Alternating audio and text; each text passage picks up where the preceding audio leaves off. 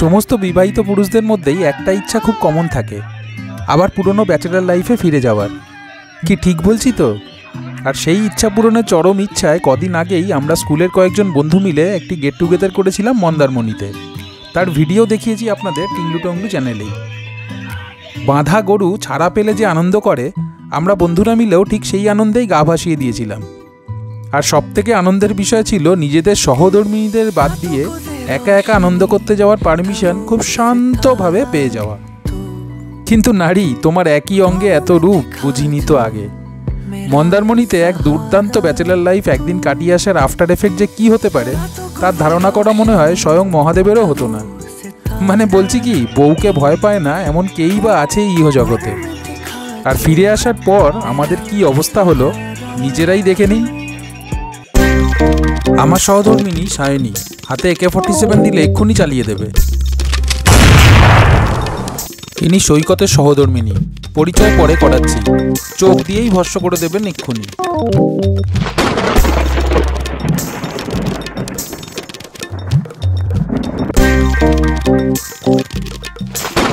আর এ হলো সৈকতের মেয়ে, বাবার ওপর বেজায় চোটে, পরিচয় পরে করাচ্ছি।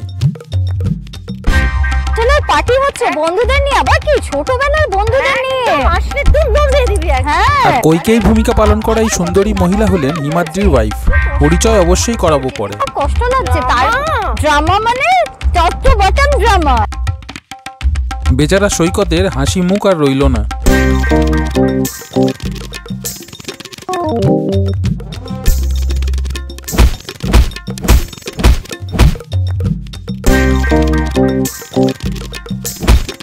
আর আমার অবস্থা, ব্যাচেলর পার্টি তোমার ব্যাচ।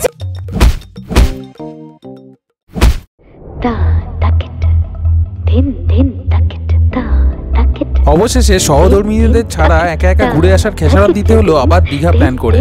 চললাম সবাই মিলে দীঘা, এবার অবশ্যই বউদের সাথে নিয়ে।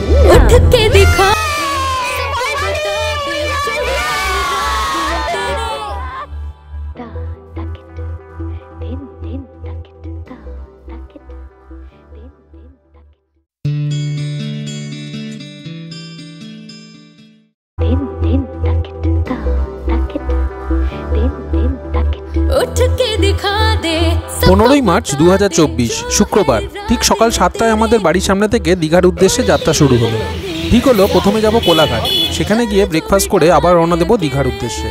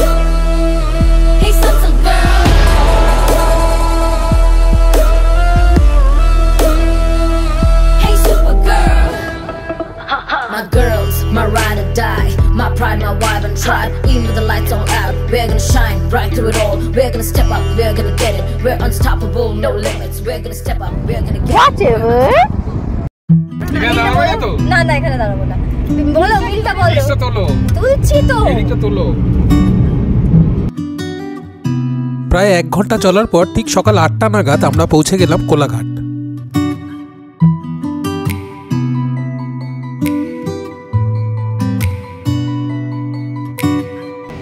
কি বক্তব্য আপনাদের বলুন?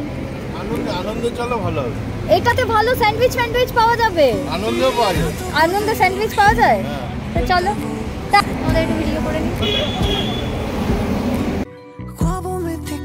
দীঘা যাওয়ার পথে কোলাঘাট ব্রিজ থেকে নেমে একটু এগোলেই বাঁদিকে পড়বে আনন্দ রেস্টুরেন্ট। সৈকতের রেকমেন্ডেশন অনুযায়ী আমরা সেখানেই দাঁড়ালাম ব্রেকফাস্ট করতে। আপনারাও চাইলে আসতে পারেন এখানে।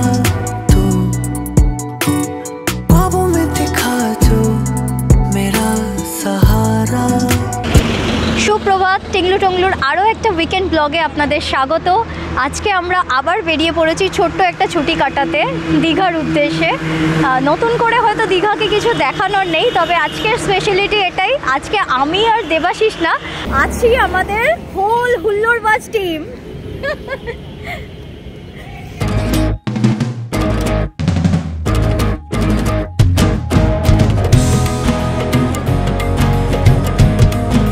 এসে গেল আমাদের গরম গরম ব্রেকফাস্ট। আমরা ছেলেরা নিলাম পুরি সবজি, এগ অমলেট আর সাথে রসগোল্লা, আর মেয়েরা নিল chicken cheese sandwich, boiled egg আর মিষ্টি। সবকটি খাবারই খুবই ভালো ছিল এবং টেস্টি ছিল।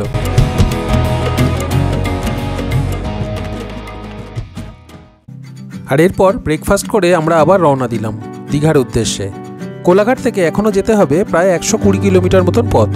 পথে কোথাও না দাঁড়ালে সময় লাগবে আরও 3.5 ঘন্টার মতো।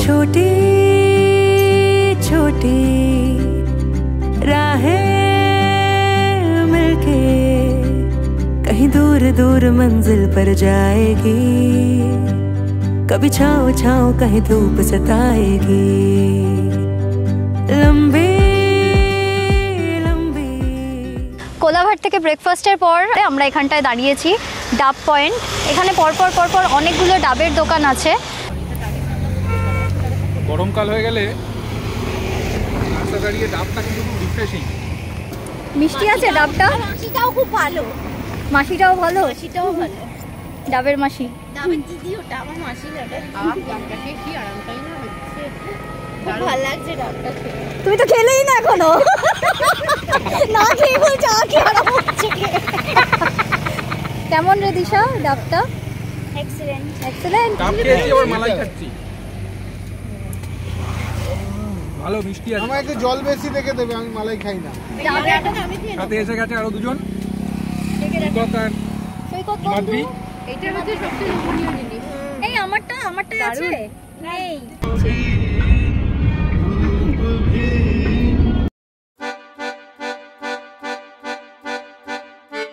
এরপর আমরা কাথি চাউলখোলা পেরিয়ে ক্রমশ ঢুকে পড়লাম দীঘা।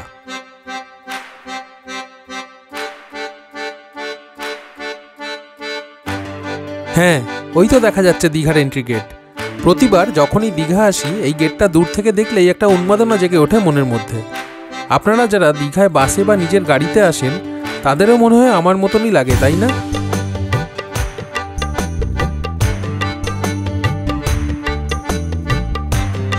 আমরা সবাই এসে পৌঁছালাম নিউ দীঘায় আমাদের হোটেলে। এই হোটেলের রুম ট্যারিফ, লোকেশন, অ্যামিনিটিস এই সমস্ত কিছু শেয়ার করলাম এই ভিডিওর শেষে। তাই যদি এই হোটেলের সমস্ত ডিটেলস পেতে চান তাহলে ভিডিওটি শেষ পর্যন্ত দেখতে থাকুন আর আমাদের সঙ্গে থাকুন।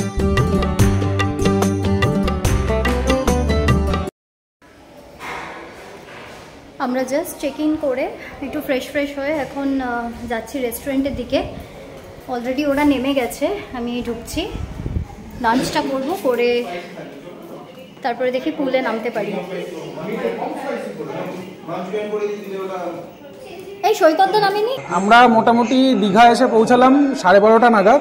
আমাদের আসতে প্রায় 5 ঘন্টা মতো লাগলো। আসলে রাস্তাঘাট একটু জ্যাম ছিল আজকে, অন্যদিন হলে হয়তো এতটা লাগতো না। তো অনেক দিন বাদে আমরা আমাদের ছোটবেলাকার বন্ধুরা মিলে সবাই এসেছি এবং তাদের সাথে এবারে সংযোজন হয়েছে তাদের ওয়াইফরাও। সেখানে এই ভদ্রলোককে নিশ্চয়ই বুঝতে পারছেন, সৈকত। তো এবারে সাথে ওর ওয়াইফ এসছে, সাথে একটা কিউট বাচ্চা এসছে যার নাম দিশা, আর এখানে রয়েছে মোম, এখানে তার সাথে রয়েছে হিমাদ্রি, আর তো আমরা তো রয়েইছি।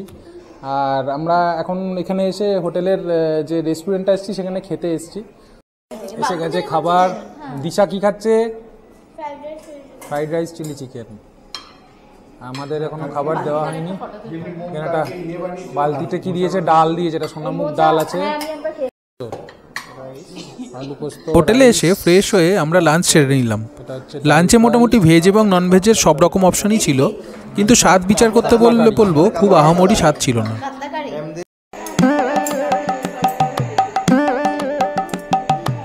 কোথায় বল বল।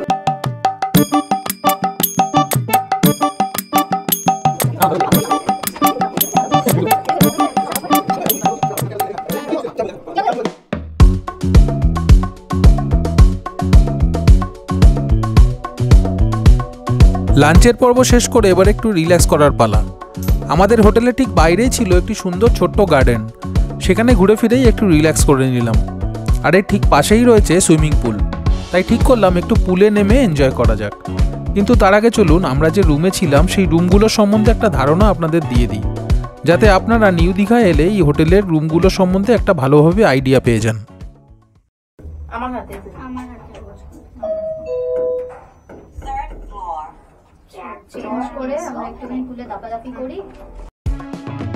নিউ দীঘার এই হোটেল মেরিন পার্কে রয়েছে মোট 5টি ফ্লোর, আর প্রতিটি ফ্লোরে ঠিক এইভাবেই ডেকোরেট করা রয়েছে। চলুন এবার দেখে নিই এই হোটেলের রুমগুলো কীরকম। এটা আমাদের সুপার ডিলাক্স একটা রুম, একটা কুইন সাইজ বেড আছে, আর রুমটা বেশ বড়, মানে বড় আছে। আর এখানে বেড রয়েছে, একটা কুইন সাইজ বেড রয়েছে, আর এখানে দুটো কাউচ দিয়েছে। এখানে এই সাইডে মানে একটা ক্যাবিনেট করে রাখা রয়েছে, একটা টিভি রাখা রয়েছে, ব্যালকনি, এখানে একটা মনে হচ্ছে বড় মানে কোনো উইন্ডো আছে।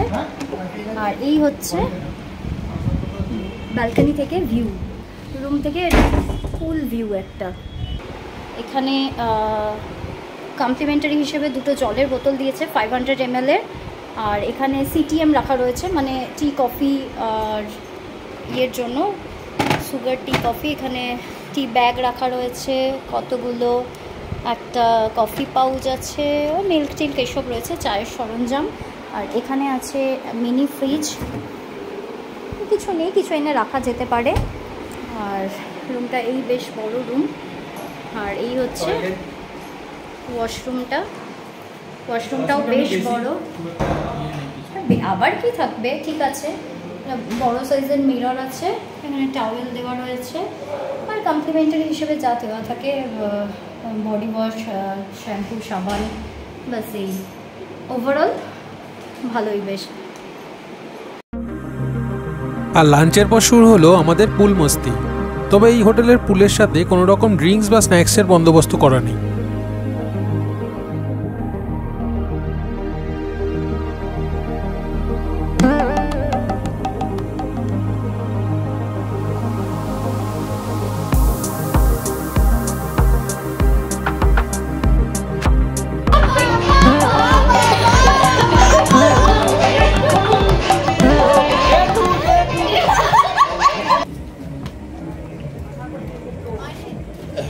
এরপর রুমে এসে একটু রেস্ট নিয়ে সন্ধেবেলা আমরা বেরোলাম নিউ দীঘার বিচের ধারে হাওয়া খেতে। দীঘা এলে সন্ধেবেলার এই ভ্রমণ কিন্তু মাস্ট।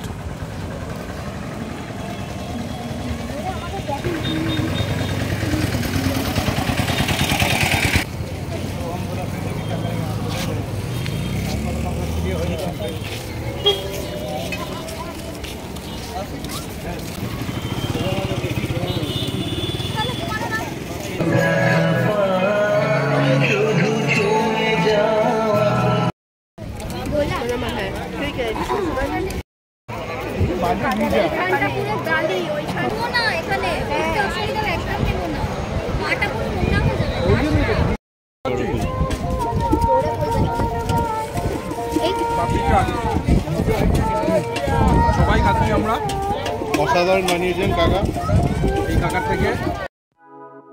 আর যে কোনো বিচের ধারে এই মাছ ভাজা কিন্তু একটা ট্রাই করতেই হয়, আর দীঘাও তার ব্যতিক্রম নয়।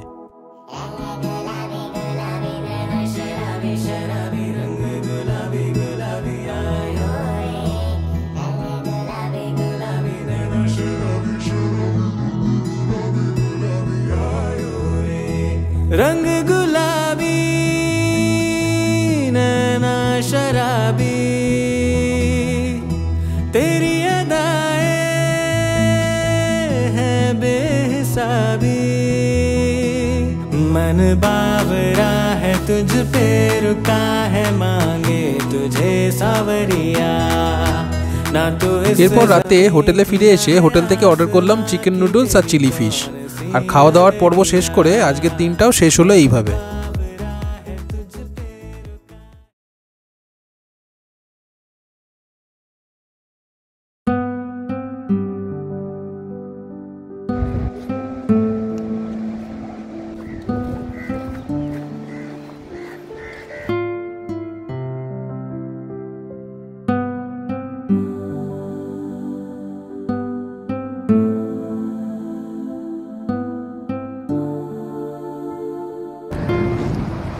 দীঘাতে একটা অদ্ভুত ভাইবস আছে।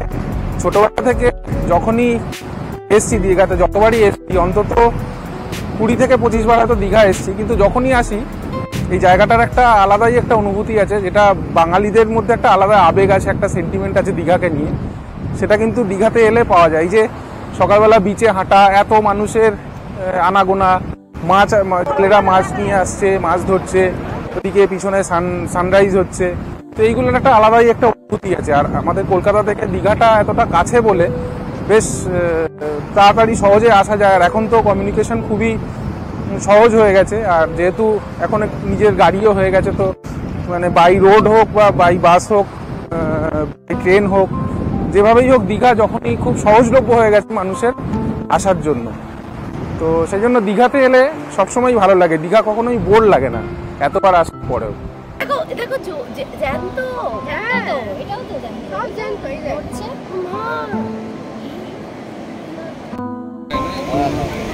তুললেই ফুলে যায় আর ছেড়ে দিলে ঠিক হয়ে যায়।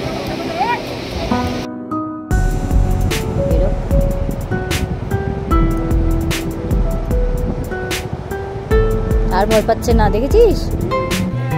আর সকালবেলা বিচের ধারে দাঁড়িয়ে 1 কাপ গরম চা আর সাথে বিস্কুট, এর কোনো তুলনা চলে না। আমরা যে হোটেলটায় রয়েছি তার পাশেই এই জায়গাটা, মানে এটা হচ্ছে ঢেউসাগরের ঠিক পাশে জায়গাটা, মানে ঢেউসাগরের অপোজিটে জায়গাটা। আপনারা যদি দীঘায় আসেন, একটু স্ট্যান্ডার্ড হোটেল খোঁজ করেন, তাহলে দেখুন এই সাইডগুলোয় পরপর যে কটা হোটেল আছে সব কটাই ভালো। যেমন এখানে দেখুন একটা উপরে রয়েছে পবিত্র যমুনা, তার পাশে রয়েছে আর একটা হোটেল দীঘা ইন, তারপরে ওইখানে রয়েছে সিগনেট, আমাদের হোটেলটা যেটা পার্ক প্রাইম, আর এখানে মানে পরপর হিলটন আছে। তো এখানে পিকুজ ইন আছে, এই যে আমরা যাচ্ছি এটা পিকুজ ইনের পাশ দিয়ে। এখানে যে কটা হোটেল রয়েছে সব কটাই মোটামুটি স্ট্যান্ডার্ড হোটেল, মানে মোটামুটি সব কটা হোটেলেরই বাজেট আপনার ওই 2500-2600 থেকেই স্টার্টিং, ইনক্লুডিং ব্রেকফাস্ট। তো সেই হিসাবে যদি আপনারা দীঘাতে আসেন, স্ট্যান্ডার্ড হোটেল খুঁজলে এই দিকটা এসে থাকতে পারেন। ঢেউসাগরের এখানে যে কটা হোটেল আছে সব কটা হোটেলই কিন্তু খুব ভালো সার্ভিস, এবং সব কটা হোটেলের রুম সার্ভিস তো ভালোই, প্লাস হোটেলের ভিতরে যে অ্যাকোমোডেশন সেটাও খুব ভালো কিন্তু প্রত্যেকটা হোটেলেরই।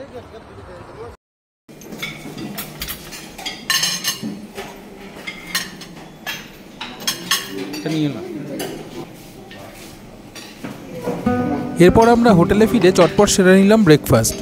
আমাদের ব্রেকফাস্ট ছিল কমপ্লিমেন্টারি, অর্থাৎ হোটেল ফেয়ারের মধ্যেই ব্রেকফাস্টের খরচ অন্তর্ভুক্ত ছিল, আর ব্রেকফাস্টের আইটেমগুলো টেস্টও খুবই ভালো ছিল। আজকে আমাদের প্ল্যান হলো দীঘা থেকে মন্দারমণি যাবো নতুন হওয়া মেরিন ড্রাইভ রোড বা সৈকত সুন্দরী রোড দিয়ে। নিউ দীঘা যাওয়ার আগে দীঘা বাইপাস রোডের ঠিক একটু আগেই রয়েছে এই মেরিন ড্রাইভ রোড, যেখান থেকে খুব সুন্দর রাস্তা তৈরি করা রয়েছে মন্দারমণি এবং শঙ্করপুর যাওয়ার জন্য।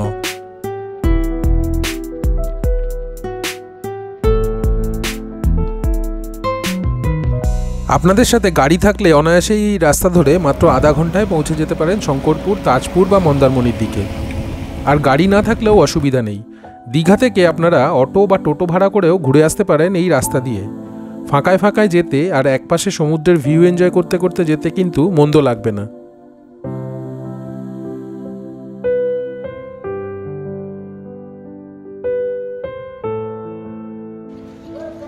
আমরা পৌঁছালাম মন্দারমণি। ঠিক করেছিলাম মন্দারমণিতে লাঞ্চটা সেরে নেব, তাই এলাম এই রেস্টুরেন্টে, নাম park hotel and restaurant. Chaulkhola crossing থেকে মন্দারমণি যাওয়ার সময় কিছুটা রাস্তা গেলেই রাস্তার ঠিক ডান দিকে পড়বে এই রেস্টুরেন্টটি।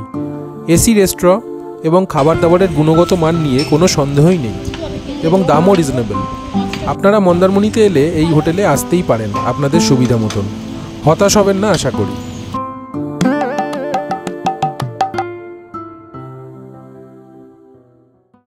আর মন্দারমণির বিচে এসে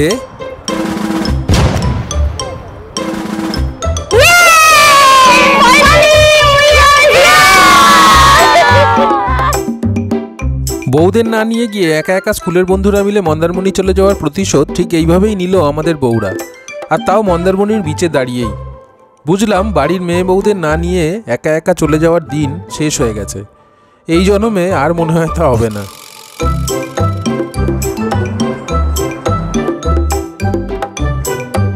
মন্দারমণির বিচে বেশ কিছুক্ষণ সময় কাটিয়ে আমরা এবার ফিরে গেলাম দীঘায়। দীঘায় আমরা যে হোটেলে ছিলাম তার নাম ছিল হোটেল মেরিন পার্ক। তার ভাড়া লেগেছিল 2600 টাকা করে ইনক্লুডিং জিএসটি, আর সাথে ব্রেকফাস্ট ছিল কমপ্লিমেন্টারি। এই হোটেলের বুকিং ডিটেল দিলাম স্ক্রিনে এবং ডেসক্রিপশন বক্সে, আপনারা চাইলে সেখানে কন্ট্যাক্ট করে এখানে চলে আসতে পারেন। এবার বিদায় জানানোর পালা দীঘাকে। দুদিনের একটা ছোট্ট উইকেন্ড গেটওয়ে জাস্ট শেষ করে আমরা ফিরছি বাড়িতে। এখন আমাদের জার্নি স্টার্ট হবে।